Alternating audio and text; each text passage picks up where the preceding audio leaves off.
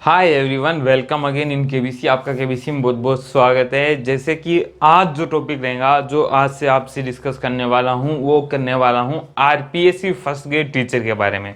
जो कल ही शिक्षा मंत्री ने लाइव आके जो बात कही है, मैं उस पर डिस्कशन करूंगा आपके साथ।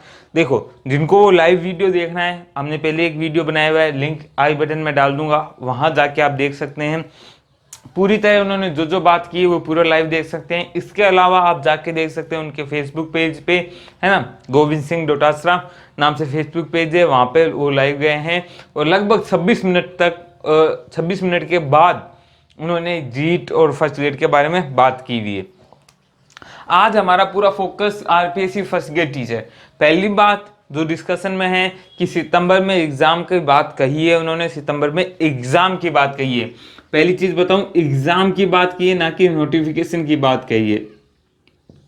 और ये एग्जाम डेफिनेटली एग्जाम है तो नई भर्ती वाला ही होगा।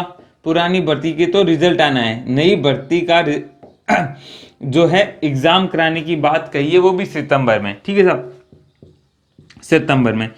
फर्स्ट ग्रेड के बारे में यही चीज कही है उन्होंने कि जो पहले उनका मत था, जो एग्जाम जो पुराना हुआ था उससे पहले कहा गया था कि सितंबर में हम लगभग 3000, कितने भाई, 3000 वैकेंसी लेके आएंगे आपके लिए और उसका एग्जाम कराएंगे सितंबर में। पहले भी यही कहा था और कल के लाइव में भी यही कहा गया है कि सितंबर में 3000 का एग्जाम होगा।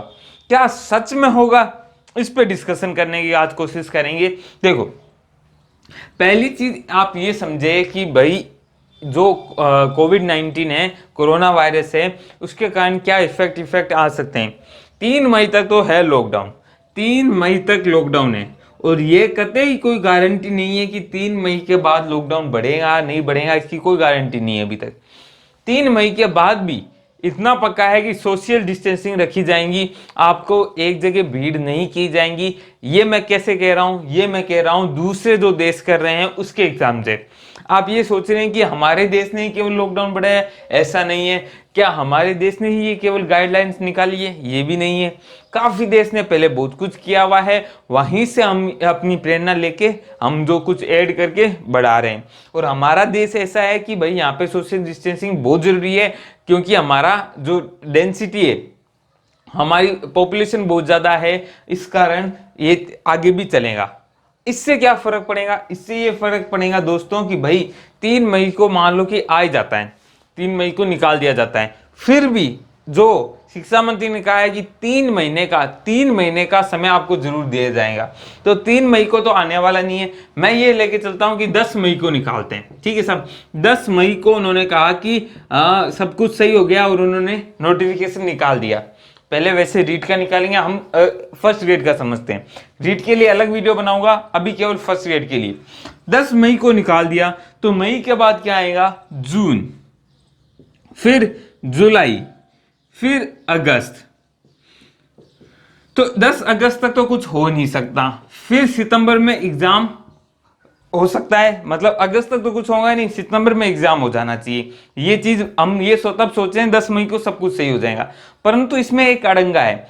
ये अड़ंगा क्या है कि सितंबर में एग्जाम कराते हैं तो आपको भी पता है जो फर्स्ट ग्रेड का एग्जाम है वो एक दिन का एग्जाम नहीं है, एक दिन का एग्जाम नहीं है, उसको कम से कम 5-7 दिन तो आराम से चाहिए। 10-11 दिन तो मैक्सिमम है और 5-7 दिन तो चाहिए ही चाहिए। कितना भी कुछ भी कर लें, 2 ग्रुप में बांट दें तो भी 10 जो है 5-7 दिन चाहिए। और इन 5-7 दिन में सोशल डिस्टेंसिंग नहीं रह सकती, क्योंकि आपको पता है अभी एग्जाम हुआ था, किस तरह सारी चीजें इकट्ठा एक जगह एक सेंटर में कितने बच्चे इकट्ठा होते हैं।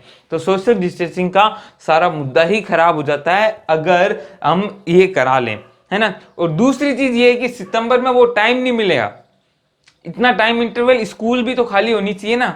सितंबर तक तो अब भाई अपने स्कूल के खुद के एग्जाम से वो सारी चीजें होने वाली है तो वो सब चीजें होंगी और इतना कोई टाइम इंटरवल है नहीं। तो फिर कब एग्जाम हो सकता है, तो एग्जाम दोस्तों देखो ये हो सकता है कि जो पहली डेट, जो मुझे लगता है जो पहली डेट है, जो पहला स्लॉट है जहां पे एग्जाम होने के चांसेस बहुत ज्यादा हैं, वो है नवंबर में। क्यों कह रहा हूं वो भी मैं आपको बताऊंगा, कारण बताऊंगा, पूरी फैक्ट के साथ हम बात करेंगे। और ये पूरी पक्का कुछ नहीं कह रहा हूं, मैं डिस्कशन कर रहा हूं, आप भी फ्री है कमेंट बॉक्स में बता सकते हैं कि सर यहाँ इसके साथ ये भी ऐड करो, ये चीज भी हो सकती है, तो मैं उस पर भी डिस्कशन करूंगा, कोई प्रॉब्लम नहीं है, हम डिस्कस आराम से कर सकते हैं, क्योंकि डिस्कशन से बहुत सारी चीजें आती है। नवंबर क्यों कह रहा हूं, क्योंकि नवंबर में है दिवाली। कब है भाई, 14 नवंबर है ना, 14 नवंबर को है दिवाली।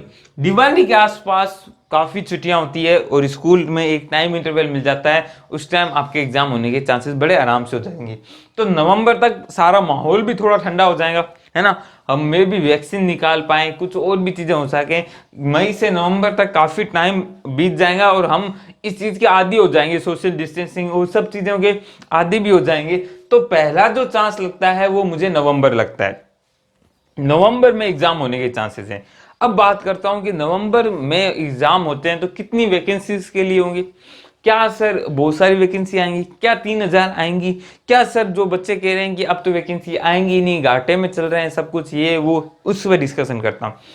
नवंबर में एग्जाम होता है, मुझे ये लगता है कि नवंबर में एग्जाम हो जाएगा यदि सब कुछ थोड़ा सही रहता है। नहीं होता तो नवंबर से पहले मुझे चांसेस कम लगते हैं, उसमें पहले एग्जाम होने के चांसेस कम लगते हैं। आप कमेंट में बताएं भाई, क्या आपके विचार है, क्या आपको लगता है कि सितंबर में एग्जाम हो जाएगा। क्योंकि देखो रीट का भी एग्जाम है, रीट का भी एग्जाम पहले कराना है, रीट के बाद और भी बहुत एग्जाम है जहाँ पे स्कूल्स की जरूरत होती है, चाहे मैं राजस्थान पुलिस की बात करूं, फिर राजस्थान पटवारी की बात करूं, इसके अलावा जो 3 वैकेंसी थी फार्मासिस्ट की और की अनुवीक्षक की, उनके भी तो एग्जाम पहले कराने। ये तो अभी तक तो इसका विज्ञापन भी नहीं आया, तो पहले 2018 वाले तो काम खत्म करें, फिर 2019 में घुसेंगे ना, है ना। तो नवंबर में लगते हैं। अब वैकेंसीज डेफिनेटली कम आएंगी, वैकेंसी डेफिनेटली कम आएंगी। 3000 का है, मे बी 1200, 1500, 1000, 2000 जितनी भी आती है। आपके लिए अब क्या है, आपके लिए ये है कि अभी प्रिपरेशन स्टार्ट कर दो। आपने अभी एग्जाम देख लिए, जो कि भाई पेपर मुझे लगता है 2018 में ही बना था, उसका 2000 जो भी पहले बना हुआ एग्जाम था उसी टाइम का वो उन्होंने वापस वो देके पेपर लिया था। तो चांसेस इस बार है कि एग्जाम थोड़ा हार्ड होगा, और एग्जाम हार्ड हुआ था एसएसटी वालों से पूछ लो, है ना, उनका सब्जेक्ट कितना खतरनाक आया था। और जो ग्रुप ए बी सी थे, उनका जो फर्स्ट पेपर था, उनसे भी पूछो कि ऐसा सीधा लल्लू पल्लू एग्जाम नहीं आया था, लल्लू पल्लू टाइप का एग्जाम नहीं था, एग्जाम का अच्छा खासा लेवल था। तो अब आप प्रिपरेशन कर सकते हो। लॉकडाउन में आपको शरीर, अपना शरीर है ना, इसको लॉकडाउन करना है, दिमाग लॉकडाउन नहीं करना। दिमाग को ओपन रखो, उसको बाहर जाने दो। यूट्यूब पे बहुत सारे अपनी वेबसाइट से, बुक से, सबको पढ़ो।